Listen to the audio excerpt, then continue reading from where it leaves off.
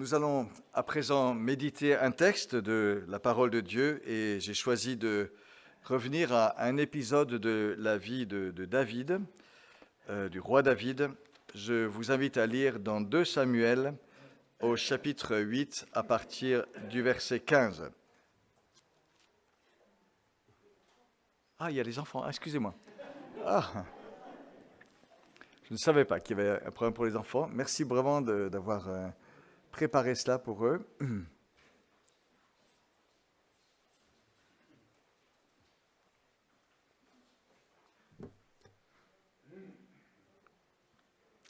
Donc je vous invite à lire dans le 2e livre de Samuel, chapitre 8, à partir du verset 15. On dit la situation de David au moment où il règne désormais sur tout Israël. David régna sur tout Israël, il faisait droit et justice à tout son peuple. Joab, fils de Tserouja, commandait l'armée. Josaphat, fils d'Achioud, était archiviste. Tsadok, fils d'Achitoub, et Abimelech, fils d'Abiatar, était sacrificateur. Seraya était secrétaire. Benayahu, fils de Yoada, était avec les Kérétiens et les Pélétiens, et les fils de David étaient prêtres. Et David dit, « Reste-t-il encore quelqu'un de la famille de Saül pour que j'use de bienveillance envers lui à cause de Jonathan ?» Il avait un serviteur de la maison de Saül nommé Tsiba. On le fit venir auprès de David. Le roi lui dit, « Es-tu Tsiba ?» Il répondit, « Je le suis, moi ton serviteur. » Le roi lui dit, « N'y a-t-il plus personne de la famille de Saül pour que juge envers lui de la bienveillance de Dieu ?» Et Tsiba répondit au roi, « Il y a encore un fils de Jonathan, il est perclus des pieds. » Le roi lui dit, « Où est-il » Tsiba répondit, « Il est dans la maison de Makir, fils d'Amiel, à Lo-débar. » Le roi David l'envoya chercher dans la maison de Makir, fils d'Amiel, à Lo-débar. Et Méphibosheth, fils de Jonathan, fils de Saül, vint auprès de David. Il tomba devant sa face et se prosterna. David dit, « Méphibosheth » Il répondit, « Voici ton serviteur. » David lui dit, « Sois sans crainte. Pour sûr, je vais user de bienveillance envers toi, à cause de ton père Jonathan. Je te rendrai toutes les terres de ton père Saül, et tu mangeras toujours à ma table. » Il se prosterna et dit, « Mais qui est ton serviteur, pour que tu te tournes vers un chien mort tel que moi ?» Le roi appela Tsiba, serviteur de Saül, et lui dit, « Je donne au fils de ton seigneur tout ce qui appartenait à Saül et à toute sa famille. Tu cultiveras le sol pour lui, toi, tes fils, tes serviteurs, et tu rentreras les récoltes, afin que le fils de ton seigneur ait du pain à manger. Et Méphibosheth, fils de ton seigneur, mangera en permanence à ma table. » Or Tsiba avait 15 fils et 20 serviteurs. Tsiba dit au roi, « Ton serviteur fera tout ce que le roi mon seigneur ordonne à ton serviteur. » David avait dit, « Méphibosheth mangera à ma table, comme l'un des fils du roi. » Méphibosheth avait un jeune fils nommé Mika, et tous ceux qui demeuraient dans la maison de Tsiba étaient serviteurs de Méphibosheth. Méphibosheth habitait donc à Jérusalem, car il mangeait en permanence à la table du roi. Il était boiteux des 2 pieds.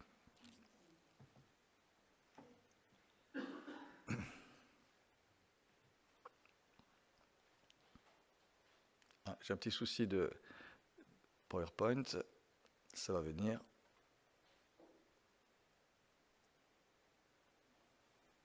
Ça n'a pas l'air de vouloir venir. Voilà, merci. Reste-t-il encore quelqu'un de la famille de Saül pour que je lui fasse du bien à cause de Jonathan? En voilà une question, une belle question. S'inquiéter de savoir s'il y a quelqu'un à qui on pourrait faire du bien. Quelqu'un envers qui on pourrait avoir un geste positif. Cette question est posée par le roi David. La Bible appelle David un homme selon le cœur de Dieu. Il n'a pas été sur toute la ligne, même si ça a été le trait dominant de sa personne. Mais assurément, cette question posée fait partie des moments où David a agi selon le cœur de Dieu. Cette question ouvre l'une des belles histoires de la Bible, mais nous verrons qu'elle retentit bien plus loin que son contexte immédiat. Au moment où s'ouvre notre récit, David se trouve dans une situation plutôt enviable. Pour la résumer, on pourrait dire « tout va très bien ». Tout va très bien pour lui. Il faudrait quand même ajouter « tout va enfin très bien pour lui ». Car David a connu toute une période de sa vie très difficile, des années d'incertitude, d'insécurité, où il a mené une vie de fuyard, et nous avons déjà médité cette période-là. Dieu l'avait choisi pour être roi sur Israël, mais il avait été poursuivi pendant des années par le roi Saül qui voulait sa peau. Il a vécu dans l'insécurité, dans la menace, trahi par ceux en qui il espérait pour pouvoir se confier. Ses seules valeurs sûres ont été pendant ce temps-là son amitié avec Jonathan, fils de Saül, et le soutien de Dieu. Mais après la mort de Saül et de Jonathan, le même jour au combat, une période de 7 ans s'ouvre où David règne sur le sud du territoire d'Israël, tandis qu'un fils de Saül règne, lui, sur le nord. Une transition donc qui est délicate. Mais à la mort de ce fils de Saül, c'est enfin la paix. Et David est reconnu désormais roi sur tout Israël. Une nouvelle capitale est fondée, Jérusalem, la ville de David. David se construit un palais. Le sanctuaire de Dieu est installé à Jérusalem sous une tente encore. David se fait respecter militairement par tous ses voisins. Le Seigneur lui donnait la victoire partout où il allait, c'est dit, nous l'avons lu. Une administration se met en place. Voilà désormais un homme bien établi, dans son royaume, en paix. Et on a envie de dire maintenant un homme totalement, certainement disponible pour les autres, disponible pour le bien, maintenant que tout est calme, maintenant que tout est bien installé. Mais ceci certain que cela, que la paix et la stabilité retrouvées signifient toujours disponibilité et ouverture. Rien n'est moins sûr, car le bonheur occupe. Le bonheur, cela occupe. Il y a souvent beaucoup à faire dans une situation où on est bien. Tellement de possibles s'ouvrent à nous. C'est passionnant, mais c'est aussi très prenant. On est souvent très pris par le bonheur, par une situation qui enfin se stabilise. Le bonheur ne fait pas que libérer, il occupe aussi beaucoup. Il occupe et parfois il peut même enfermer. On peut vouloir à tout prix le protéger, c'est si fragile, le bonheur. On peut vouloir à tout prix le faire durer, c'est éphémère, le bonheur. On peut vouloir à tout prix s'y emmitoufler, c'est si chaud, le bonheur. On peut vouloir à tout prix s'y investir, c'est si motivant, le bonheur. Et Jésus nous croque le portrait d'un homme qui vit ce bonheur dans lequel on s'enferme. C'est raconté dans l'évangile de Luc, une parabole de Jésus au chapitre 12. Voilà ce que dit Jésus. Les terres d'un homme riche avaient beaucoup rapporté. Et il se mit à raisonner en lui-même en disant « Que ferai-je maintenant ? Car je n'ai pas de place pour entrer ma récolte. Voilà, dit-il, ce que je ferai. J'abattrai mes greniers, j'en bâtirai de plus grands, j'y amasserai toute ma récolte et tous mes biens, et je dirai à mon âme, tu as beaucoup de biens en réserve pour plusieurs années. Repose-toi, mange, bois et réjouis-toi. » L'image est saisissante. Toute l'énergie de cet homme investie à exploiter, à développer ce bonheur acquis à tout prix et qu'il faut préserver. Pas la moindre ouverture, pas le moindre partage. Ces personnages, c'est significatif, ne se parlent qu'à lui-même dans son bonheur. Tout ce qu'il sait dire, c'est « je » ou « moi ». Voilà ce que je ferai, j'abattrai, je rebâtirai, j'amasserai. La seule fois où il dit « tu », c'est pour se parler à lui-même. Je dirai à mon âme, tu as beaucoup de biens en réserve. Repose-toi, mange, bois et réjouis-toi. Il est son seul interlocuteur, son seul horizon. Et David, installé à Jérusalem, avait largement de quoi fonctionner désormais de cette façon, en circuit fermé. Et pourtant, arrivé à ce stade de sa vie, nous le voyons demander, « Reste-t-il quelqu'un de la maison de Saül pour que je lui fasse du bien ?» Ce verset, quand je l'ai découvert, je l'ai rapidement souligné dans ma Bible, parce qu'il évoque vraiment un souci remarquable. Il évoque une attitude d'ouverture, de disponibilité, avec une belle fraîcheur d'âme. Bien sûr, il nous faut entendre cette phrase dans son contexte, en relation avec Jonathan, avec l'amitié que David avait liée avec Jonathan. Mais cette parole résonne aussi pour elle-même, parce qu'elle traduit une attitude, se poser la question de dire, y a-t-il quelqu'un à qui, dans mon bonheur, je puisse faire du bien ? Et je nous invite à garder ces deux dimensions. D'un côté, le contexte très particulier lié au vécu de David, et d'un autre côté, cette ouverture plus générale. Et si on essaie d'analyser cette question, ce souci remarquable, c'est d'abord une ouverture vraiment qui est ancrée dans la reconnaissance. Il y a là une vision des scènes, des bienfaits de la vie. Ce souci de David d'apporter du bien à quelqu'un de la famille de Saül intervient à un moment où Dieu lui a fait du bien à lui aussi, et où il en est conscient. On voit juste auparavant qu'il dit au Seigneur, « Qui suis-je pour que tu m'aies fait parvenir où je suis ?» C'est une prière éblouie de reconnaissance qu'il fait au Seigneur. Et c'est cette reconnaissance aussi qui le porte à vouloir faire du bien à quelqu'un, à chercher s'il y a quelqu'un à qui il pourrait faire du bien. Ce n'est pas la mauvaise conscience, ce n'est pas un devoir imposé, c'est au contraire la joie de celui qui sait ce qu'il a reçu de Dieu. Et je dirais que ça nous invite aussi, nous, à cultiver la reconnaissance, cet esprit positif à l'égard des dons de Dieu. C'est ainsi que peuvent se libérer aussi des motivations plus riches vers le partage, la conscience vraiment de la reconnaissance, une ouverture qui s'ancre dans la reconnaissance. Mais cette question de David est aussi riche de la mémoire des choses. David cherche à faire du bien à quelqu'un de la maison de Saül à cause de Jonathan, dit-il. Jonathan, le fils de Saül, qui était devenu l'ami proche de David dans des circonstances hostiles. Jonathan était l'héritier légitime du trône de son père. Il avait tout pour être hostile à David, parce que David, choisi par Dieu pour être roi, allait prendre sa place. Mais David et Jonathan, plutôt que de s'opposer en rivalité, étaient devenus, contrairement à toutes ces prévisions humaines, les bâtisseurs d'une amitié magnifique, loyale, chaleureuse, désintéressée. Jonathan avait défendu David contre Saül, son père. Jonathan ne voyait aucun problème à s'effacer, à être second derrière David. Et il lui avait dit, c'était même leur projet, la façon dont ils pensaient tous deux que se réaliserait le plan de Dieu.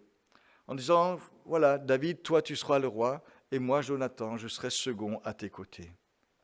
Et avec cette vision, avec cette amitié, ils avaient cassé les codes de la haine qui auraient pu les dresser l'un contre l'autre, ou la lignée de l'un contre la lignée de l'autre. Mais Jonathan était mort le même jour que son père. C'était il y a plusieurs années déjà, mais David n'oublie pas. Il n'oublie pas ce qu'il doit à Jonathan. Il n'oublie pas cette magnifique amitié, cette loyauté hors du commun. Et s'il ne s'enferme pas dans son bonheur, c'est aussi parce qu'il garde cette mémoire. Et je dirais qu'il est bon pour nous aussi de faire de même, nous souvenir de ceux qui nous ont marqués, de ceux qui nous ont enrichis, de ceux de qui nous avons reçu vraiment. Je pense que nous avons chacun dans notre vie une ou des personnes sans lesquelles nous ne serions pas ce que nous sommes aujourd'hui. Cultiver la mémoire de ce que nous avons reçu par les uns, par les autres. Cela peut aussi nous pousser à vouloir à notre tour donner, à vouloir à notre tour transmettre, à vouloir à notre tour être généreux.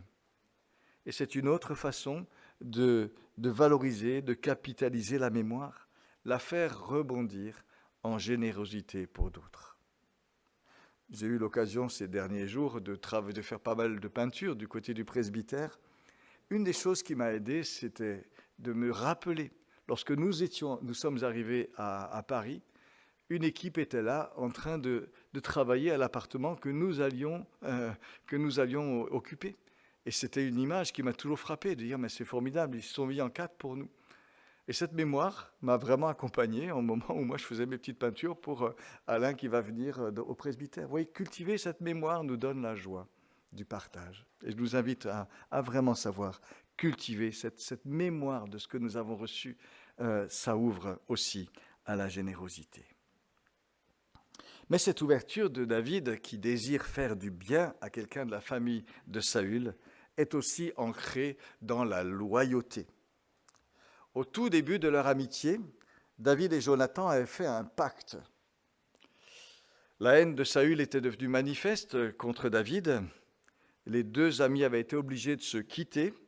David prenait une vie de fuyard et c'est Jonathan qui restait.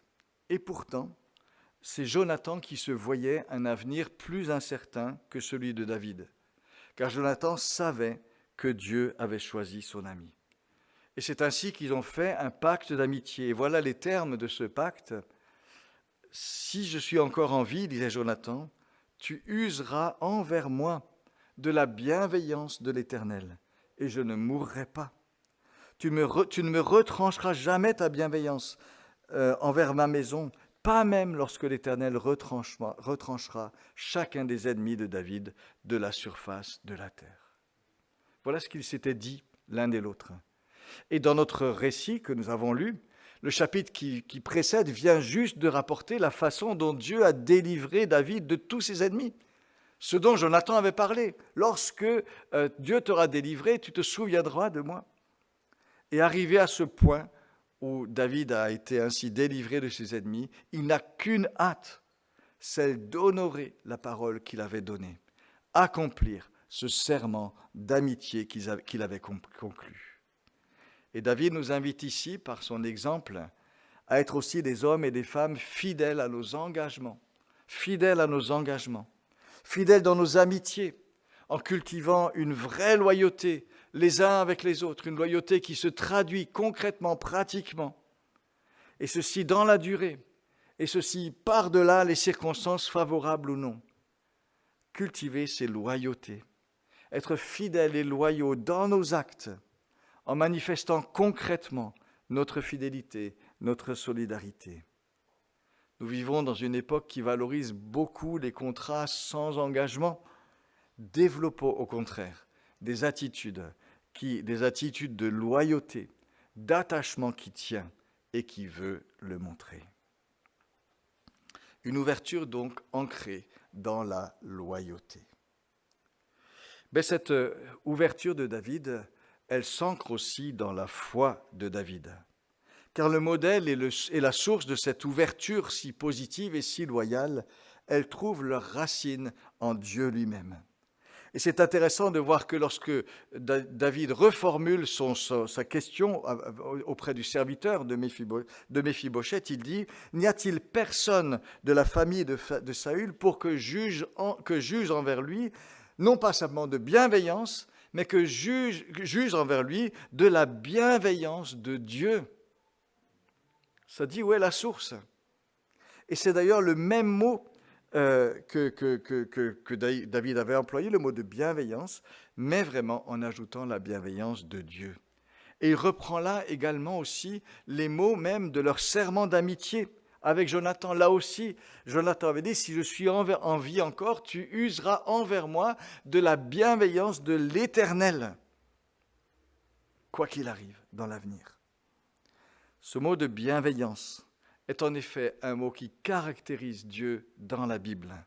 Louez l'Éternel, car il est bon, car sa bienveillance durera toujours. C'est un refrain qu'on trouve en plein d'endroits dans la Bible. Et ce mot de bienveillance est un mot très très large, très riche.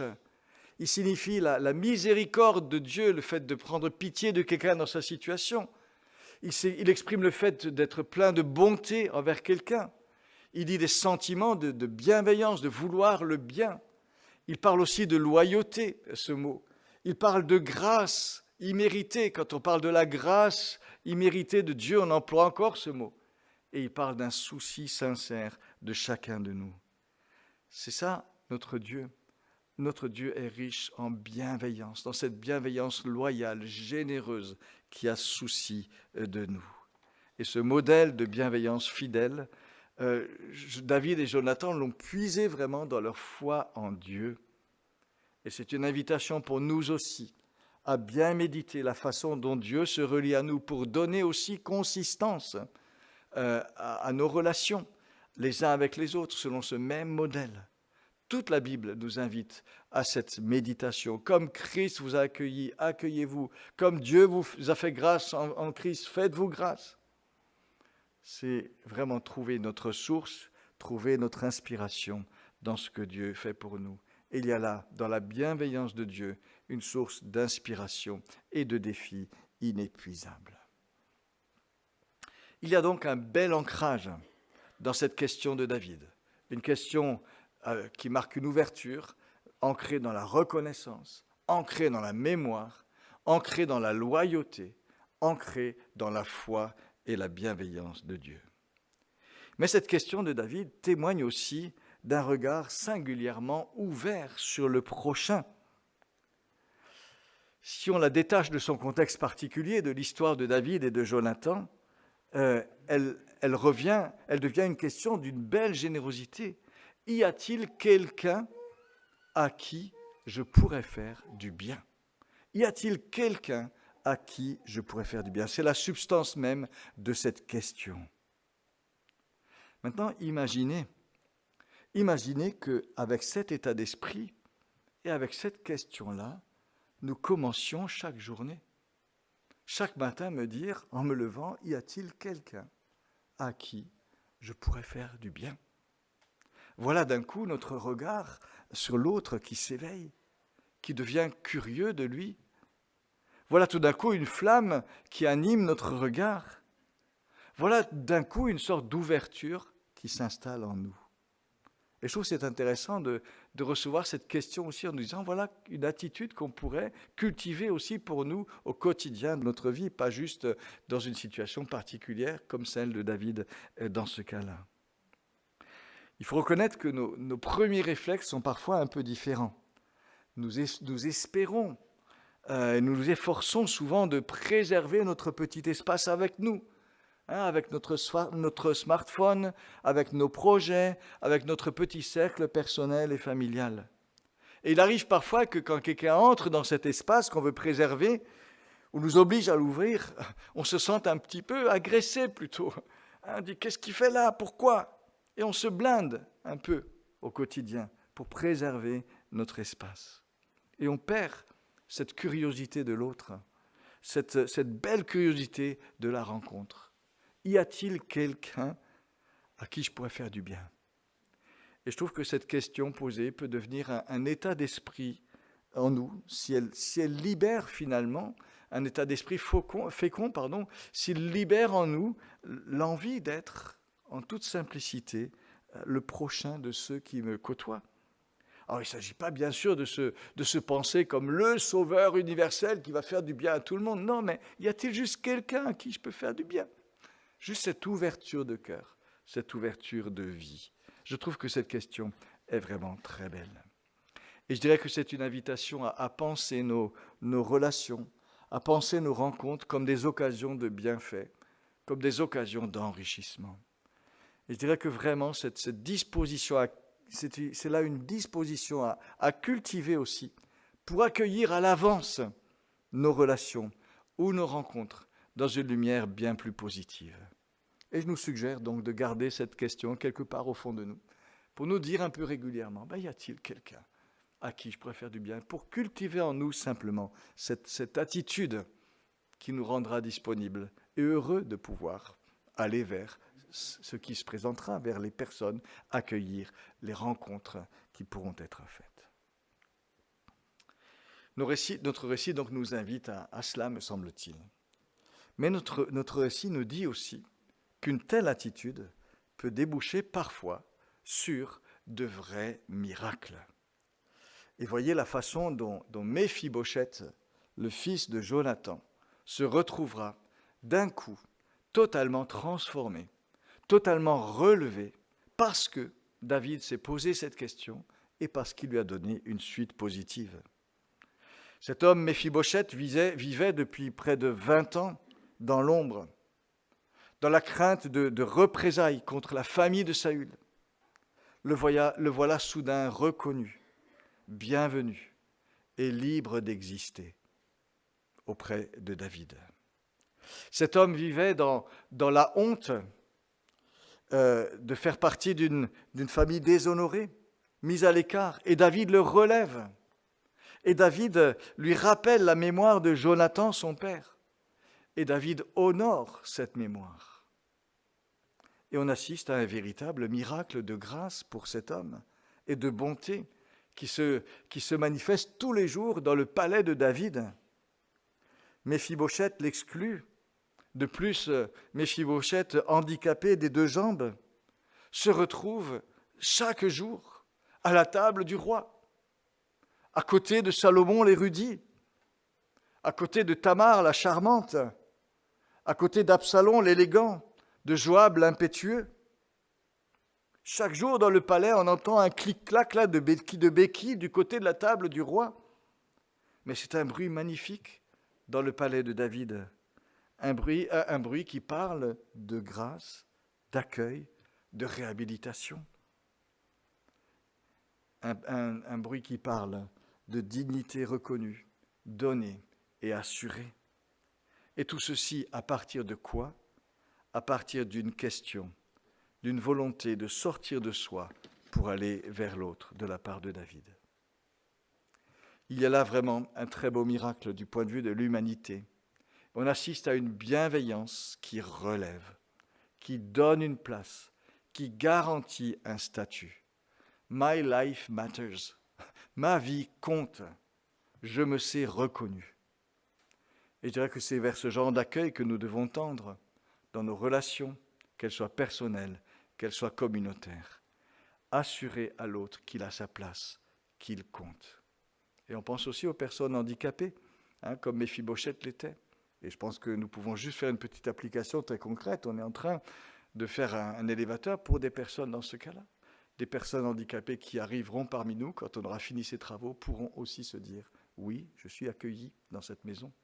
Et c'est certainement le sens profond de ces travaux que nous faisons, et c'est ainsi que nous sommes appelés à les intégrer. Un beau miracle du point de vue de l'humanité. Mais je dirais que nous pouvons aussi voir, et je termine par là, dans l'accueil de Méphibosheth à la table du roi David, une parabole vivante, une image de ce que Dieu lui-même nous offre à nous, de ce qu'il a fait pour nous en Jésus-Christ et de ce qu'il veut être pour chacun de nous aujourd'hui. La Bible nous dit, nous le savons très bien, à quel point l'humanité s'est détournée de Dieu, son Créateur. Nous voulons sans cesse piloter nos vies de façon à être indépendants par rapport à Dieu. Et ça nous conduit souvent à utiliser ce que Dieu nous donne pour mieux oublier le Dieu qui nous donne cela. C'est certainement l'un des aspects de notre humanité où nous ne sommes pas très beaux. Et c'est fondamentalement ce que la Bible appelle le péché, qui est aussi une forme d'ingratitude. Mais ce que l'on peut dire, c'est que Dieu, en face de ce désir d'indépendance et de notre ingratitude, Dieu lui-même a posé la question aussi pour nous. Y a-t-il quelqu'un pour que je lui fasse du bien? Pas y a-t-il quelqu'un de bien, mais y a-t-il quelqu'un? Et le Seigneur ne s'est pas enfermé dans la tristesse de notre ingratitude, mais il l'a dépassé par l'amour. Et il l'a fait, nous le savons, d'une manière remarquable. Il est venu vers nous en Jésus-Christ. Jésus qui a endossé notre réalité humaine pour que nous sachions à quel point nous comptons pour lui. Jésus qui a poussé la solidarité jusqu'à prendre sur lui la condamnation que méritent nos fautes, c'est le sens de sa mort, pour nous. Jésus qui a triomphé de la mort par la résurrection pour nous ouvrir à l'espérance. Et tout cela nous dit que l'amour de Dieu pour nous est plus fort que tout. Dieu a voulu nous faire du bien pour être ce Dieu qui nous sauve, qui est un recours, qui nous bénit. Et tout cela, il l'a fait en Jésus, sans que nous le méritions. Et ce Dieu-là est aussi ce Dieu qui, lorsqu'on s'ouvre à lui, nous accueille vraiment auprès de lui, nous donne le privilège de devenir enfants de Dieu. Ce Dieu qui nous dit, mais bienvenue chez moi. Tout comme David avait dit à Méphibosheth, mais bienvenue à ma table. Dieu nous dit, tu as une place chez moi, à la table du roi. Chaque jour, tu peux venir. Ta place est là, préparée. Et c'est un engagement, c'est une reconnaissance qui vaut pour toujours. Dieu s'intéresse à nous jusqu'à nous donner le privilège d'être ses enfants, ceux qui ont une place auprès de lui, constamment, ceux qui sont même ses héritiers. Et c'est avec cette force que Dieu a dit, y a-t-il quelqu'un à qui je pourrais faire du bien? Et ce quelqu'un, chers amis, c'est vous, c'est moi. C'est vous, c'est moi. Nous sommes les destinataires de la générosité de Dieu. Il veut établir avec nous une relation apaisée, bienfaisante, restauratrice. Il nous dit que notre vie compte pour lui, la vie présente, et il nous l'ouvre jusque dans une dimension d'éternité. Dans l'optique de Dieu, nous sommes tous des Méphibosheth. Nous sommes tous des Méphibosheth, des exclus, invités malgré tout à la table du roi, parce qu'il a pensé à nous. Acceptons vraiment cette offre si nous ne l'avons pas encore fait. Et si nous l'avons déjà acceptée, mais demeurons fermes, confiants, reconnaissants. Réjouissons-nous de cet accueil, de cette acceptation, et faisons-en le socle de notre vie, de notre identité, de notre espérance. Reste-t-il quelqu'un de la maison de Saül pour que je lui fasse du bien? Y reste-t-il quelqu'un à qui je pourrais faire du bien? Laissons retentir cette question dans toutes ses dimensions. Rappelons-nous que c'est vraiment la question qui a conduit Dieu en quelque sorte à nous accueillir un plein accueil, à nous accorder un plein accueil. Mais recevons aussi cette question comme une invitation à une vie de chaque jour un peu plus ouverte à ceux qui nous entourent, dans la bienveillance, la loyauté fidèle, la curiosité de l'autre, la curiosité des rencontres que Dieu permettra que nous fassions. Que Dieu nous bénisse dans cette ligne. Amen.